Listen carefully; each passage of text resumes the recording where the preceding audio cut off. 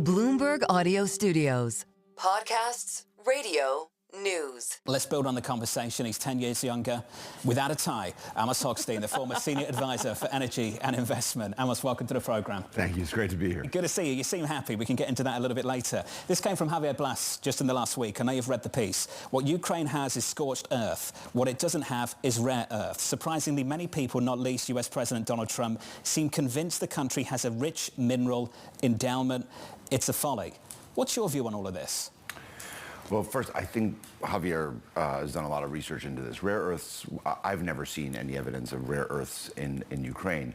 There probably are critical minerals which are different from rare earths in Ukraine, but not at a stage where they've been identified and there's been any exploration drilling, not in any of the commercial quantities that we are aware of. There may be, and there are, I'm sure there's some data there behind some of this that suggests there is. But to get from a greenfield, from a discovery to a production can take many, many years. This is not expanding existing deposits. So I think this is a worthwhile conversation to have with Ukraine about how to develop their mineral resources. We should talk about how to redevelop their gas resources, how to develop their green power resources. Ukraine, I believe, can be a major supplier of power to Europe.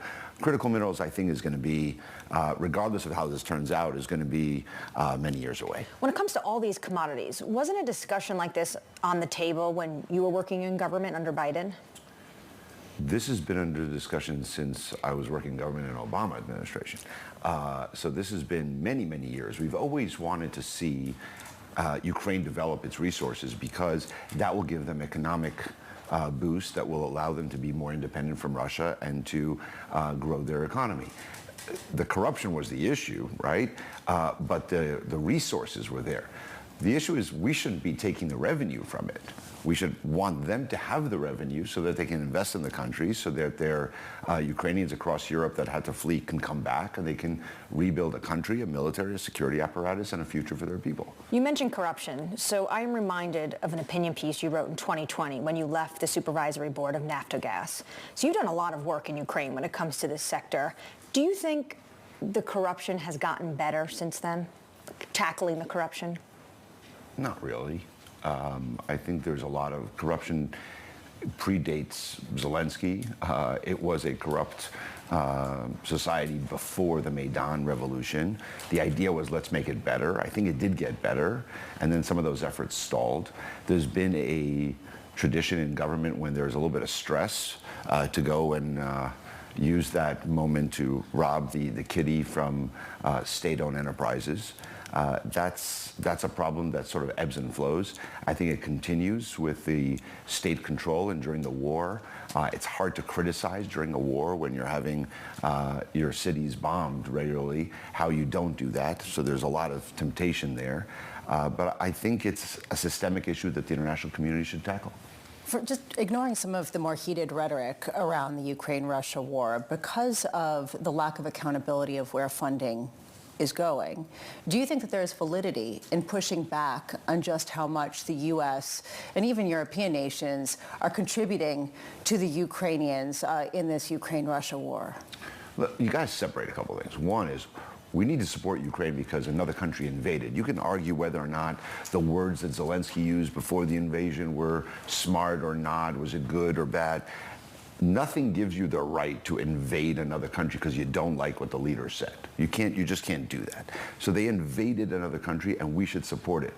And they invaded Georgia in 2008. And if we didn't intervene, they would have controlled all of Georgia today and Ukraine. So you got to stop that.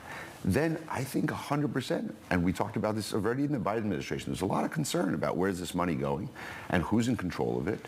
And this came up in many conversations with Zelensky, with his top people about our concerns. So what you should do is tighten the controls on the money and put the oversight in place so that you know where the money is going. But you can't do it while also saying, well, because of that, we're going to allow the Russians to take a whole bunch of territory and win the war. So it's a really tough balance, but, you know, government's hard. When you left the government, where was the Ukrainian situation in terms of how much territory Russia had taken and the sense of the balance of power at a time where it seemed like Russia was making some inroads? So Russia was making some inroads, but largely the conflict had been frozen for a long time, where Russia makes a little bit of inroads, then Ukraine makes some inroads somewhere else. You know, on a net-net basis, Russia was making more inroads than it was losing, but it wasn't massive amounts of territory, so it was largely frozen. But that was in order to get to a negotiation. I agree with the Trump administration that enough is enough. Let's get to a negotiation. I think you have to force both sides to come to the table, and you got to force some tough choices by both sides. Need to make some tough choices. Freezing the war in place and saying, okay, we're done, let's call this a border, is really tough, because hundreds of thousands of people have been killed to do what? Just to allow for the parts of the country to go away? And then what? Is there a disarmed Russia on the other side? I don't think so. So they invade again in 2 years, in 4 years. So you have to create a negotiation that has both sides at the table, that allows for some kind of resolution that both sides don't like, but that ends the war. Some people have made the argument that the current president, President Trump, is attempting to shock the Europeans into action. Can you walk us through your experience with the European allies? How frustrating was that? I think for us, for the United States, it's always a bit frustrating. I think we like to go a little bit faster, and we want to do things more aggressively when it comes to areas of conflict and negotiations. On the other hand, on the economic policy, we tend to go a little bit slower. On the environmental issues, we were, as a pro-green administration, were frustrated by how far sometimes the Europeans would go without thinking through the consequences of where they were going, and then they would suffer the consequences, which affects us, and they create high watermarks that we then have to deal with our constituencies of, why aren't you doing what the Europeans? And it's a bad answer. We say, well, wait 2 to 5 years, you'll see why we're not doing what the Europeans are doing. So I think there's always been frustrations there. We tried to do trade policy with Europe in the Obama administration, the Biden administration, the Trump administration. Now again, very frustrating, very difficult to do it. So it's built into the system, but at the end of the day, these are our allies. And we have to recognize that the argument with them is this is the argument inside the family versus the arguments with others, which is outside the family. But don't you almost sometimes need to maybe shake them up? You were part of the Obama administration telling Germany not to go ahead with Nord Stream 2, yet they did it. Yes, and if they didn't do it, large parts of why their declining economy is now would have been avoided. They bought into the argument of your heroin dealer. The first hit is free, and after that you pay a big price. And it's not only that. I went to Germany before the Ukraine war, 5 months before, and said, something's wrong, you're in trouble. And they insisted that they weren't, when the Russians were playing a game of filling their storage in the winter from their own storage instead of from Russia. I said, how is it possible your pipeline's empty, but your storage is filling? What took the Europeans so long to see the intelligence that the Biden administration was seeing and that Jake Sullivan was openly telling the press from the podium? We shared all the intelligence. I think sometimes they had the exact same intelligence we had on the invasion. We were saying the invasion's coming on this day, on this week, on this day, at this hour. They refused to see it. No, this is just an exercise. I think sometimes being the neighbor, you kind of can't see us being an ocean away. We see it with clear eyes. We've missed plenty of intelligence. I don't want to, you know, we had 9/11 that people were training inside the United States and we didn't see it.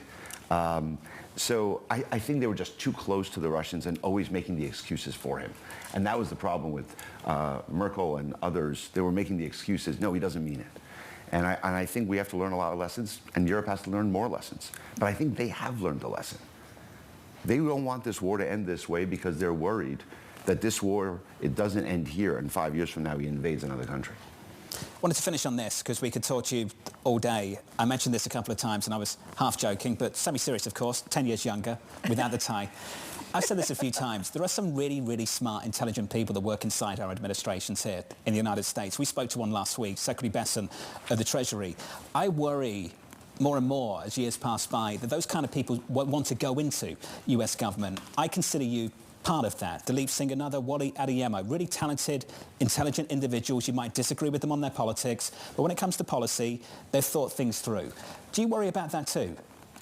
I think it's getting harder and harder to come into government.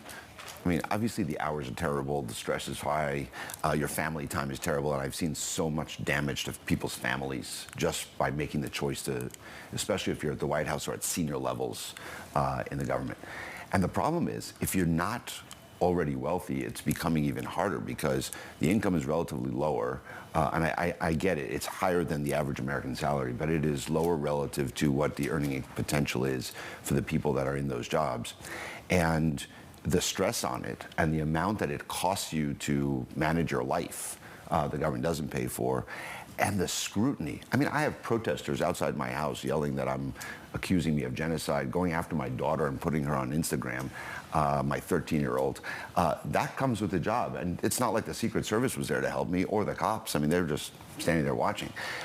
So what you get, the blowback that you get, and then to manage your life, is really, really difficult. The process for confirmation by the Senate is out of control, and for relatively low-level positions. So to come and be an assistant secretary in some random agency, you are now supposed to hire lawyers and accountants and to do a forensics auditing of your life, of your personal life, of your financial life. I mean, it's too much.